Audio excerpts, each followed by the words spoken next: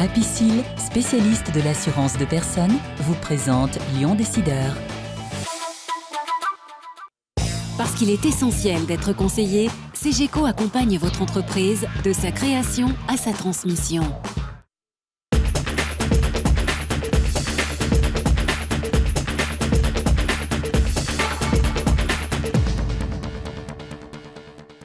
Bonjour et bienvenue dans Lyon Décideur, à quelques jours du 5e prix Acteur de l'économie CJD de l'esprit d'entreprendre.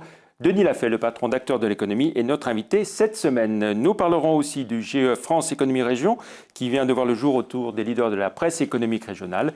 Et puis à retenir aussi, en bref, le bon positionnement de Lyon en matière d'attractivité, la création du fonds SEB Alliance, le retour aux bénéfices pour l'AFUMA, l'installation de Baxter à Jonage et celle d'EDF dans l'immeuble Velom. La France maintient la deuxième place en Europe des pays d'accueil d'investissements internationaux, derrière la Grande-Bretagne. Mais attention, l'Allemagne se rapproche à la vitesse grand V et menace de dépasser la France. Au classement par villes européennes, Lyon ne figure pas dans le top 15, emmené par Londres et Paris, et 4 villes allemandes. Mais Lyon est considéré toutefois à 51% comme la ville entreprenante de demain. Et Rhône-Alpes se situe au 3e rang des régions européennes, avec 122 implantations, dont 60% réalisées dans le seul Grand Lyon. Succès pour la première émission obligataire du groupe SEB qui a levé 300 millions d'euros à 5 ans. Un bon moyen pour SEB de diversifier ses sources de financement et de poursuivre son développement. Par ailleurs, le groupe crée son fonds d'investissement SEB Alliance, doté de 30 millions d'euros, avec un premier investissement aux États-Unis dans la cuisine numérique. Il prend le contrôle d'une start-up basée à Austin au Texas, un véritable classeur de recettes numériques.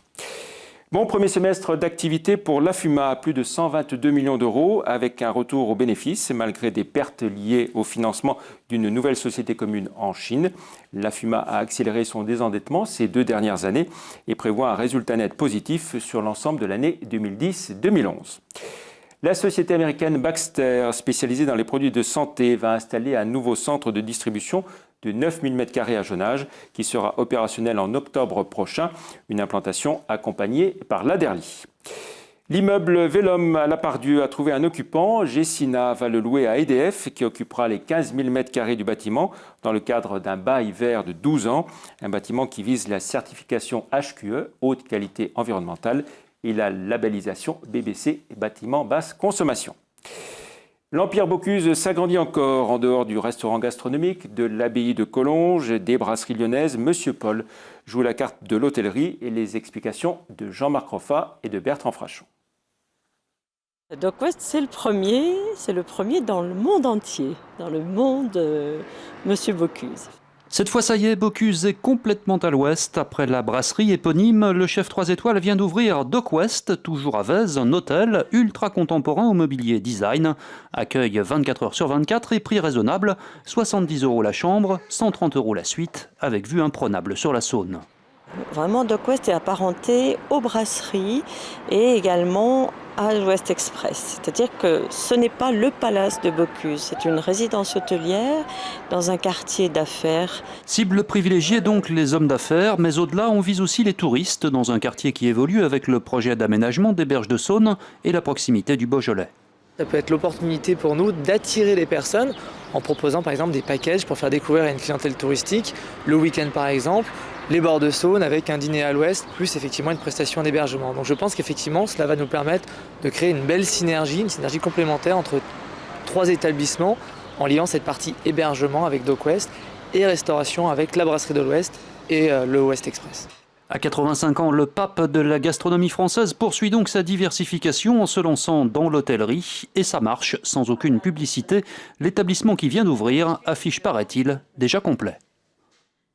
Le chiffre du jour à présent, 72 717, c'est le nombre de demandeurs d'emploi dans le Rhône à fin avril, un chiffre en baisse de 0,6% en données corrigées des variations saisonnières. Le recul est un peu plus important dans l'ensemble de la région, moins 0,8% et de moins 0,4% dans toute la France. En rythme annuel cette fois-ci, repli du chômage de 1,3% dans l'euro au cours des 12 derniers mois, 2,6% dans la région, tandis qu'au niveau national, on constate encore une très légère hausse de 0,2%. À propos de chômage, coup dur à Arnas avec la fermeture de l'usine de couches pour bébés dans le Beaujolais. Donc l'arrêt de cette unité du groupe belge Ontex menace quelques 187 emplois. Seuls 25 postes commerciaux devraient être préservés. Denis Lafay, bonjour. Bonjour Jean-Pierre. Vous êtes donc le dirigeant d'Acteurs de l'économie qui organise le 7 juin prochain à la Chambre de commerce et d'industrie à la salle de la Corbeille le 5e prix Acteurs de l'économie. Alors en quoi ce prix est-il différent de tous ceux qui existent déjà ?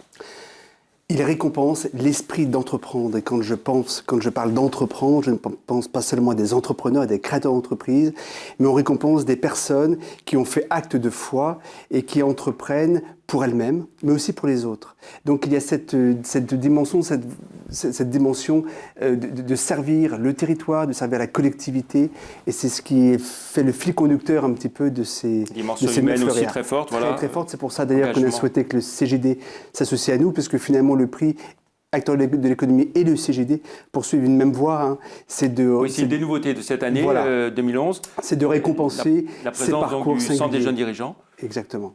Le Centre des jeunes dirigeants, TLM, qui est également associé au prix. Et là, c'est important aussi parce qu'on met ensemble finalement deux parcours entrepreneuriaux, deux groupes de presse qui ont des parcours entrepreneuriaux.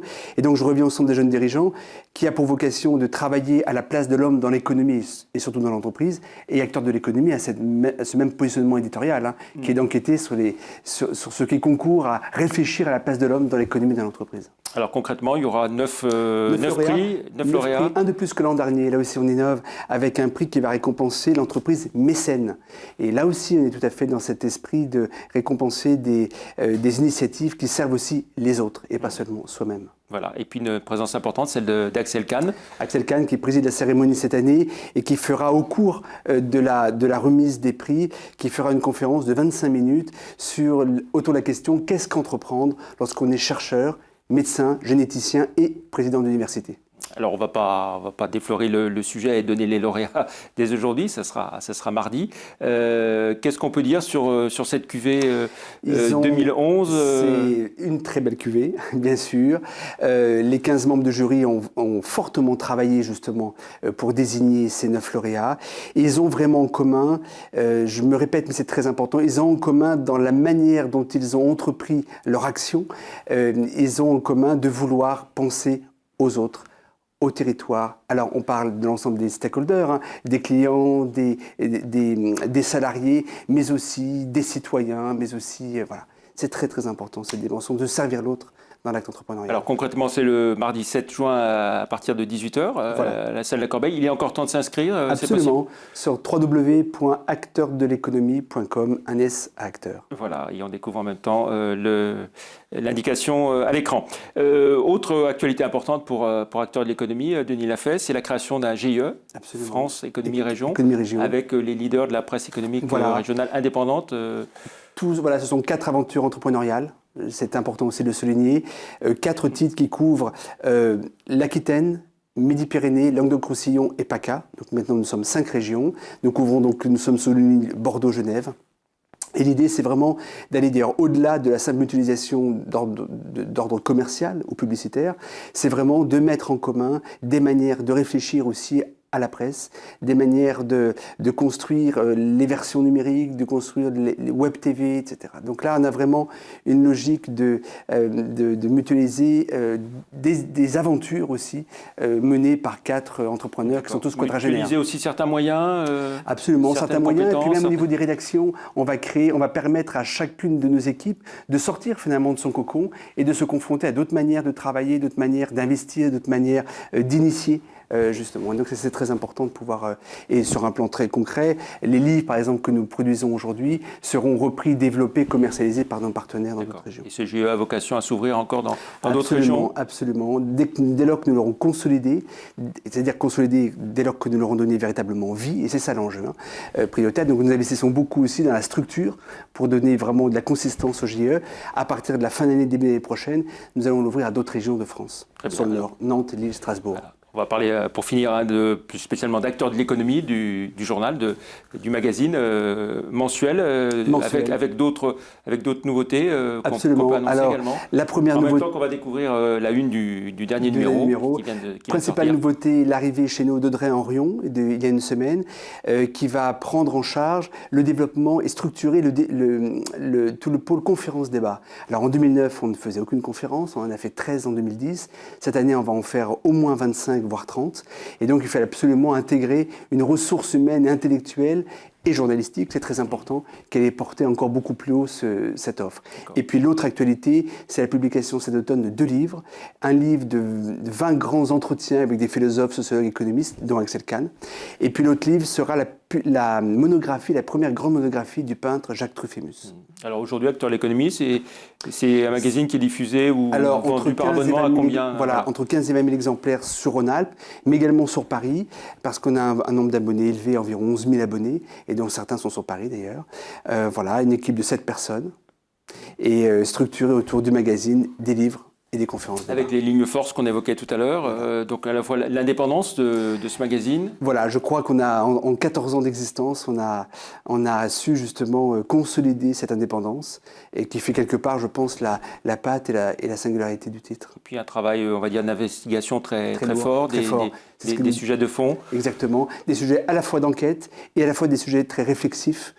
Donc on essaye justement de trouver cet équilibre entre les sujets régionaux, les sujets suprarégionaux, les sujets véritablement d'enquête ou d'information et les sujets de réflexion. D'accord. Vous n'avez pas hésité parfois à taper fort, à faire des enquêtes qui ont secoué ici, à Lyon, dans la région lyonnaise. Absolument. Vous avez senti qu'il y avait des contreparties, des répercussions sur le plan publicitaire qui étaient dures pour vous? Très clair.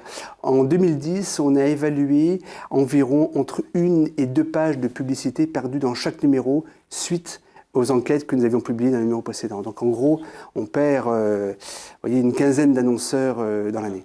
Voilà, mais donc, vous êtes toujours là et vous vous développez. Et on a une très bonne équipe justement qui s'investit dans cet esprit-là. Félicitations. Donc on se retrouvera sur le Grand Prix Acteurs de l'économie CJD de l'esprit d'entreprendre, donc mardi prochain, et puis on aura l'occasion de le voir aussi sur TLM en synthèse. Merci, très bonne semaine.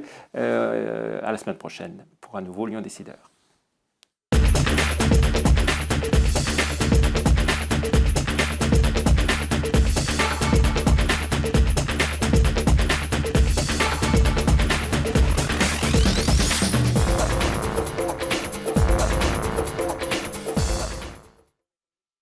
Parce qu'il est essentiel d'être conseillé, CGECO accompagne votre entreprise de sa création à sa transmission. Apicil, spécialiste de l'assurance de personnes, vous a présenté Lyon Décideur.